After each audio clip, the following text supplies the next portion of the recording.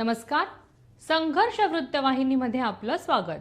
घेऊया ठाणे आणि आसपासच्या परिसरामधील घडणाऱ्या महत्त्वाच्या घडामोडींचा आढावा. ती महोत्सवाचे दिमागदार उद्घाटन. 17 कर्तृत्ववान महिला समर्थ ती गौरव पुरस्काराने सन्मानित.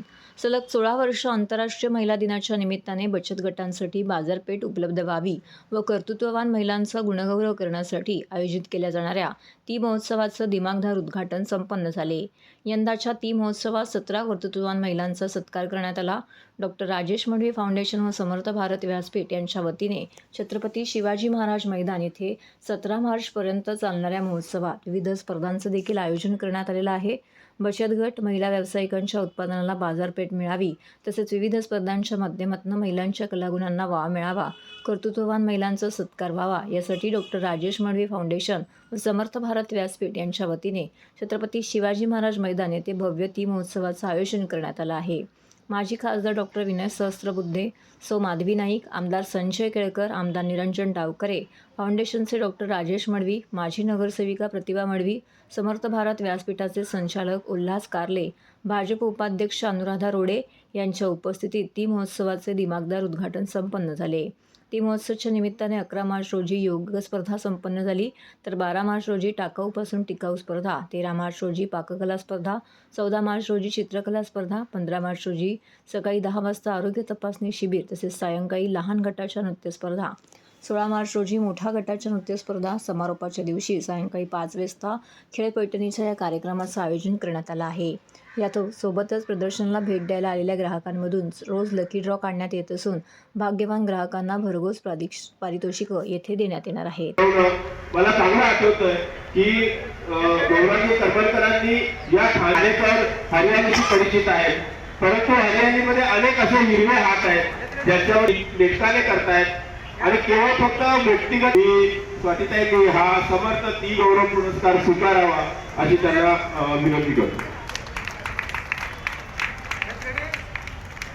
केलेलं आहे ते म्हणजे अतिशय म्हणजे कल्पनेच्या पलीकडच्या अशा पद्धतीचा ती महोत्सव हा समर्थ भारत व्यासपीठच्या माध्यमातून अनेक वर्ष या ठिकाणी आयोजित केला जातो आणि यावर्षी डॉक्टर राजेश मढवी, प्रतिभाताई मढवी आमच्या ज्या नगरसेविका आहेत यांच्या पुढाकाराने आज या ठिकाणी ती महोत्सवाच्या माध्यमातून महिलांचा पण सन्मान झाला आणि पुढचा एक आठवडा बचत गटांच्या करता हे स्टॉल निरनिराळ्या पदार्थांचे आणि वस्तूंचे ठेवले. शेवटी महिलांना नारी शक्तीला पाठबळ देणं, त्यांना निरनिराळ्या व्यासपीठ उभं ठेवून त्यांना त्यांच्या कर्तृत्वाला वाव देणं हा यांचा अतिशय चांगला उद्देश आहे. हा एक अतिशय म्हटलं तर आगळा वेगळा कार्यक्रम आहे. याचं कारण महिलांच्या सबलीकरणाचा मार्ग त्यांच्या स्वावलंबनातून आत्मनिर्भरतेतून जातो आणि अशा काही आत्मनिर्भर महिला, त्यांनी चालवलेल्या संस्था किंवा त्यांचे बचत गट यांनी या ठिकाणी आपल्या वस्तू विक्रीसाठी आणल्या आहेत आणि त्यांना बाजारपेठ उपलब्ध करण्याचं काम हे मढवी फाउंडेशन आणि समर्थ भारत व्यासपीठाने केलं आहे. मला असं वाटतं की समर्थ भारत आणि समर्थ महिला हे एक समीकरण आहे. समर्थ महिलेशिवाय समर्थ भारत होऊ शकत नाही. त्या दृष्टीने या ती महोत्सवाचं एक आगळं समर्थ भारत व्यासपीठ आणि मढवी फाउंडेशन यांच्या माध्यमातून आज इथे जो ती महोत्सव सुरू होत आहे त्यामध्ये सहभागी झालेल्या माझ्या बचत गटांच्या सगळ्या भगिनींना मी खूप मनापासून शुभेच्छा देते. त्यांच्या व्यवसायाला बळकटी येण्याकरता या उत्सवाचा नक्कीच उपयोग होणार आहे. मला असं वाटतं की उत्तम खाद्य मिळण्याकरता ग्राहकांना देखील या तीचं महत्त्व फार मोठं आहे. आमच्या घरातलीच ती मी बघतो, सासू सासऱ्यांचं करते, घरचं करते आणि मग वॉर्डातलं काम करते. त्याच्यामुळे तिचा हा सन्मान आहे. तिला सक्षम करायसाठी एक छोटासा प्रयत्न आमच्याकडून आम्ही करतोय की तिला विरंगुळा म्हणून पण आपण इथे बरेचसे कार्यक्रम ठेवलेले आहेत. योग स्पर्धा आहे, नृत्य स्पर्धा आहे, पाककला स्पर्धा आहे. ते सोडून तिचा थोडा आर्थिक फायदा व्हावा म्हणून आपण हे ग्राहक पेठ इथे उभी केलेली आहे. तर आम्ही नक्कीच त्यांना खूप खूप शुभेच्छा देतो. आपण महिला दिनानिमित्त इथे आज 10 मार्च ते 17 मार्च शिवाजी मैदानमध्ये ती महोत्सवाचं आयोजन केलेलं आहे. डॉक्टर राजेश मढवी फाउंडेशन आणि समर्थ भारत व्यासपीठ यांनी आपण दोन्ही संयुक्त विद्यमाने हे आयोजन केलेले आहे. ह्यामध्ये जवळजवळ 70 स्टॉल्स आहेत. विविध बचत गट आणि अनेक तऱ्हेचे इथे स्टॉल लागलेले आहेत आणि सर्वांना ग्राहकांना आकर्षित करणारे विविध सगळे वैविध्यपूर्ण पदार्थ आणि वस्तू इथे ठेवलेल्या आहेत. तर सर्वांना मी आवाहन करेन की नक्कीच इथे भेट द्या. सर्व नागरिकांना आवाहन करण्यात येत आहे की सध्या डासांमार्फत पसरणाऱ्या डेंग्यू या आजाराचा प्रसार रोखण्यासाठी प्रत्येकाने पुढीलप्रमाणे कार्यवाही करावी. डेंग्यू आजार एडिस इजिप्ती हा डास चावल्याने होतो. या डासांची पैदास साचलेल्या किंवा साचवलेल्या स्वच्छ पाण्यामध्ये होते. 8 दिवसांपेक्षा जास्त दिवस पाणी उघडे व साचून राहिल्यास त्यात डास अंडी घालतात. अंड्यांच्या अळ्या तयार होऊन पुढे डास तयार होतात. यासाठी आपल्या घरातील पाणी साठे उदाहरणार्थ बॅरल्स, पिंपे, टाक्या, हौद, रांजणे इत्यादी दर आठवड्याला रिकामे करून घासून पुसून कोरडे करून पुन्हा भरावे. 1 दिवस कोरडा दिवस म्हणून पाळावा. पाणी साठ्यांना घट्ट झाकणे बसवावीत किंवा जुनी साडी, चादर, धोतर यांनी बांधून झाकून ठेवावीत, म्हणजे डास त्यात जाऊन अंडी घालणार नाहीत. घराच्या गच्चीवर, आजूबाजूला, अंगणात कोठेही पाणी साचू देऊ नये. भंगार सामान उघड्यावर टाकू नये. उदाहरणार्थ टायर्स, प्लास्टिक सामान, कुंड्या, टाकाऊ वस्तू इत्यादी. अशा सामानात पावसाचे पाणी साठून त्यात डेंग्यूच्या डासांची पैदास होते. घरातील कूलर्स, फ्रीजच्या पाठीमागील ट्रे हे देखील वेळोवेळी कोरडे करावेत. लक्षात ठेवा, नुसत्या फवारणीने डास घनता कमी होत नाही, तर त्यासाठी डास पैदास ठिकाणे नष्ट करणे ही आपल्या सर्वांची जबाबदारी आहे. कोणताही ताप अंगावर न काढता जवळच्या शासकीय रुग्णालयात मोफत औषधोपचार घ्या. अशा प्रकारे नागरिकांनी सहकार्य केल्यास डेंग्यूचा प्रसार रोखणे सहज शक्य आहे.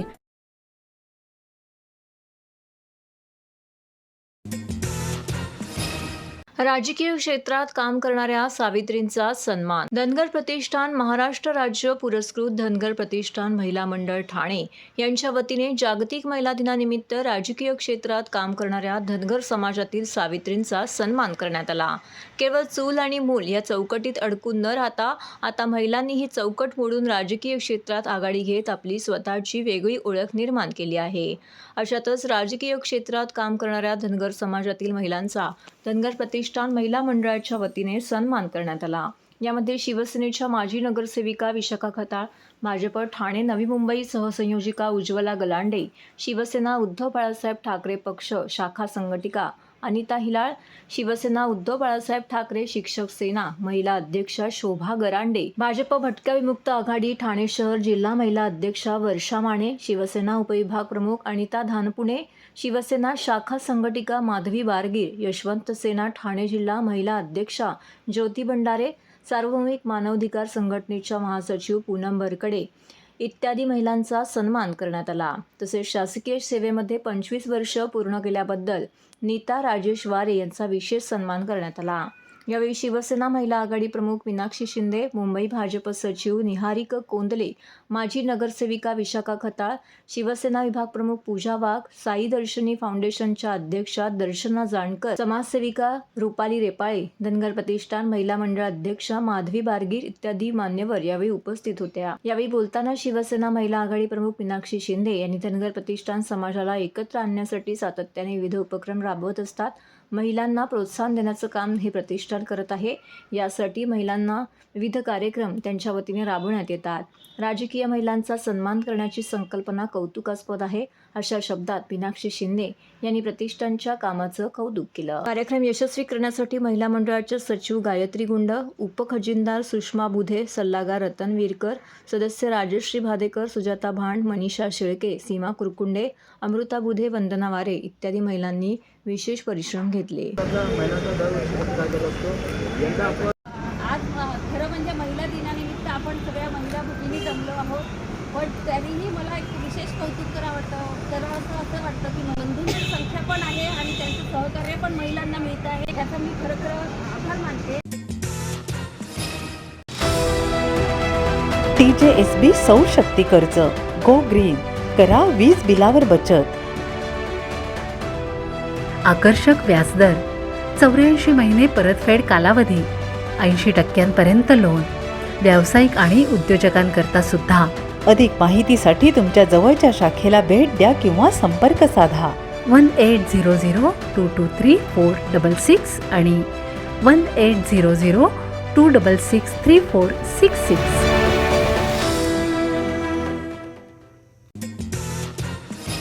मुख्यमंत्री एकनाथ शिंदे यांच्या आदेशान्वये ठाणे महानगरपालिकेचे आयुक्त अभिजित बांगर यांनी शहरातील सर्व घटकांचा विचार करून ठाणेकरांच्या हिताच्या दृष्टीने सर्वसमावेशक असा सन 2024-25 अर्थसंकल्प सादर केला. त्याबद्दल शिवसेना ठाणे जिल्हा प्रमुख तथा माजी महापौर नरेश म्हस्के, शिवसेना ठाणे जिल्हा महिला संघटक मीनाक्षी शिंदे, शिवसेना ठाणे शहर विधानसभा संघटक अशोक वैती, कोपरी पाचपाकाडी शहर प्रमुख राम रेपाळे, माजी नगरसेवक विकास रेपाळे इत्यादींनी आयुक्तांची भेट घेऊन त्यांचे अभिनंदन केले. अर्थसंकल्पाची अंमलबजावणी तात्काळ करावी अशी मागणी देखील केली आहे. मुख्यमंत्री एकनाथ शिंदे, उपमुख्यमंत्री देवेंद्र फडणवीस आणि उपमुख्यमंत्री अजितदादा पवार यांनी शासन स्तरावरती महिलांसाठी विविध योजना राबवल्या आहेत. त्याच पद्धतीने मुख्यमंत्री महोदयांच्या आदेशान्वये ठाणे महानगरपालिका आयुक्त अभिजित बांगर यांनी देखील लोकहित साधणारा सन 2024-25 अर्थसंकल्प सादर केला. ठाणे शहराच्या हिताच्या व विकासाच्या सर्वांगीण दृष्टीने अनेक योजना व विकासाची कामे यामध्ये घेतली आहेत, ज्यामध्ये मुख्यमंत्री महोदयाने राज्यातील महिलांना एसटी प्रवासामध्ये 50% सवलत उपलब्ध करून दिली. त्याच धर्तीवरती आपण ठाणे महानगरपालिका परिवहन सेवेमध्ये महिलांना 50% सवलत उपलब्ध करून दिली असून याचा निश्चितच फायदा महिलांना होणार आहे. खरं तर महाराष्ट्र राज्याचे मुख्यमंत्री नामदार एकनाथजी शिंदे यांच्या सूचनेनुसार परिवहनची जी सेवा आहे त्याच्यामध्ये महिलांना 50% सवलत देण्यासाठी बस तिकिटामध्ये ते प्रपोजल होतं आणि त्यांची मागणी आयुक्तांनी पूर्ण केली. बजेटमध्ये तशा प्रकारची तरतूद केली आणि मला असं वाटतं येत्या 2 दिवसात त्याचं आपण इम्प्लिमेंटेशन करणार आहोत आणि त्याच्यासाठी आम्ही आयुक्तांना शुभेच्छा द्यायला आलो आहोत. अर्थसंकल्पामध्ये आपण पाहताय की ठाणे शहराचं रूप बदलत आहे, मुख्यमंत्र्यांचं ठाणं बदलत आहे. हे जे काही घोषणा वाक्य आहे हे फक्त घोषणेपुरता न राहता खऱ्या अर्थाने ठाण्यामध्ये बदल होतोय आणि माननीय मुख्यमंत्री एकनाथ शिंदे साहेब यांच्या आदेशानुसार, यांच्या निर्देशानुसार महिलांचं जे काही धोरण आहे त्या संदर्भात सुद्धा अनेक निर्णय महाराष्ट्र शासनाने घेतले. त्यातलाच हा एक जो निर्णय घेतलेला आहे की परिवहनच्या तिकिटामध्ये ज्या काही महिला प्रवास करतात त्यांना अर्ध तिकीट आपण तो निर्णय घेतलेला आहे, त्याची अंमलबजावणी करण्याच्या दृष्टीने लवकरात लवकर अंमलबजावणी करावी याकरता माननीय मीनाक्षी शिंदे मॅडम त्याकरता भेटलेल्या आहेत. त्यांनी आयुक्तांचं अभिनंदन पण केलेलं आहे. त्याचबरोबर ठाणे शहरामध्ये बऱ्याच दिवसापासून मागणी होती की अंत्यविधीकरता जी लागणारी लाकडं आहेत ती मोफत द्यावी. तो सुद्धा निर्णय माननीय मुख्यमंत्री यांच्या निर्देशानुसार आयुक्तांनी घेतलेला आहे. त्यासाठी अर्थसंकल्पामध्ये तरतूद केलेली आहे. त्याचबरोबर जो धर्मवीर आनंद दिघे स्वयंरोजगार योजना जी माननीय मुख्यमंत्री यांच्या निर्देशानुसार महिलांना स्वयंरोजगार निर्माण करण्याच्या दृष्टीने आपण यावर्षी राबवली. यावर्षीच्या सुद्धा येणाऱ्या अर्थसंकल्पामध्ये त्यासाठी तरतूद केलेली आहे. त्याचबरोबर आरोग्य सेवा असेल, स्वच्छता असेल, या बाबतीत सुद्धा खूप चांगले निर्णय या अर्थसंकल्पामध्ये भरीव तरतूद केलेली आहे.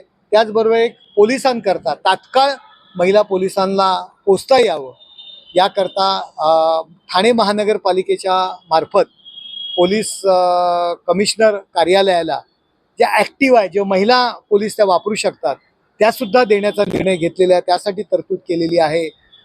असे अनेक विकासाच्या दृष्टीने आणि ठाणे शहर बदलत आहे या दृष्टीने, स्वच्छतेच्या दृष्टीने निर्णय घेतलेले आहेत, सार्वजनिक शौचालयाच्या दृष्टीने निर्णय घेतलेले आहेत आणि त्याची अंमलबजावणी लगेच सुरू करण्याच्या दृष्टीने आम्ही माननीय कमिशनर डॉक्टर अभिजित बांगर यांना भेटलेलो आहे.